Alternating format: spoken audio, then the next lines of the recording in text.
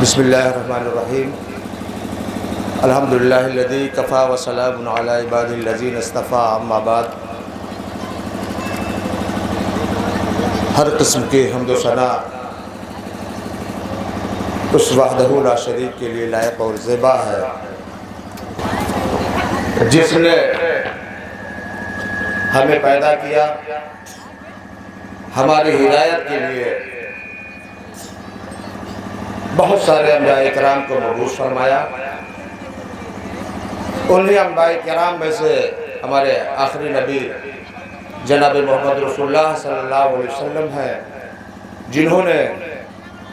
ہر قسم کی ظلم و ستم کو برداشت کیا اور ایک سچا دین ہم تک پہنچایا۔ آج کا یہ پروگرام کلیہ حمیرہ الاسلامیہ للبنات رتن پور، یقین جانے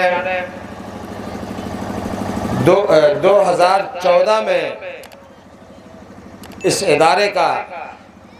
قیام ہوا اور آپ کے سامنے یہ ادارہ کھڑا ہوا ہے۔ ادارے کے ذمہ داران آپ کے سامنے ہیں۔ پوری محنت، پوری لگن اور پوری ایمانداری کے ساتھ اس ادارے کو آگے بڑھانے کے لیے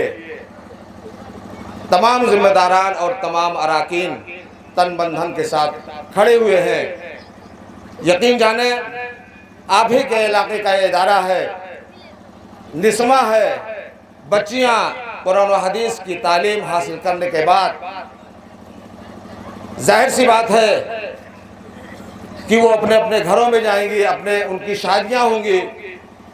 ایک ایک گھر ہماری یہ بہنیں سنبھال لیں گی۔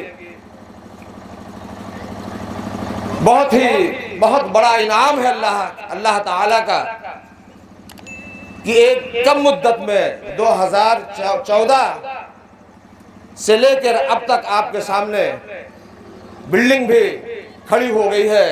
اور اسی طریقے سے ہماری بہنیں، ہماری بچیاں فراغت کی ڈگری آج حاصل کریں گی، فارغ ہوں گی، عالمیت اور فضیلت کی سندیں ان کو ملے گی۔ یہ اسی مناسبت سے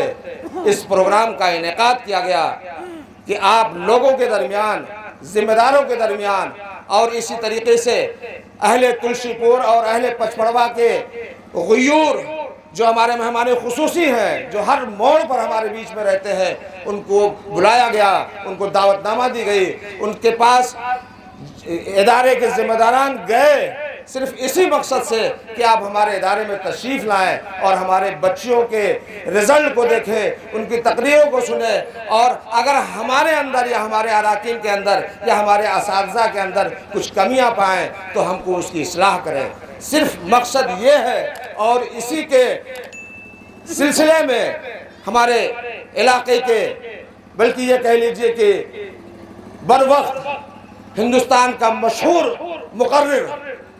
جس کو غیاث الدین سلفی کہا جاتا ہے، یقین جانے ہم لوگ چھوٹے چھوٹے تھے اور ان کی تقریریں کو سنتے تھے۔ اِنَّا أَعْطَيْنَاكَ الْكَوْثَرَ، اس کی تفسیر میں وہ آدھا گھنٹہ لگا دیتے تھے، لوگوں کو بیدار کر دیا کرتے تھے۔ ہمیں یاد ہے، یہ ہماری خوش نصیبی ہے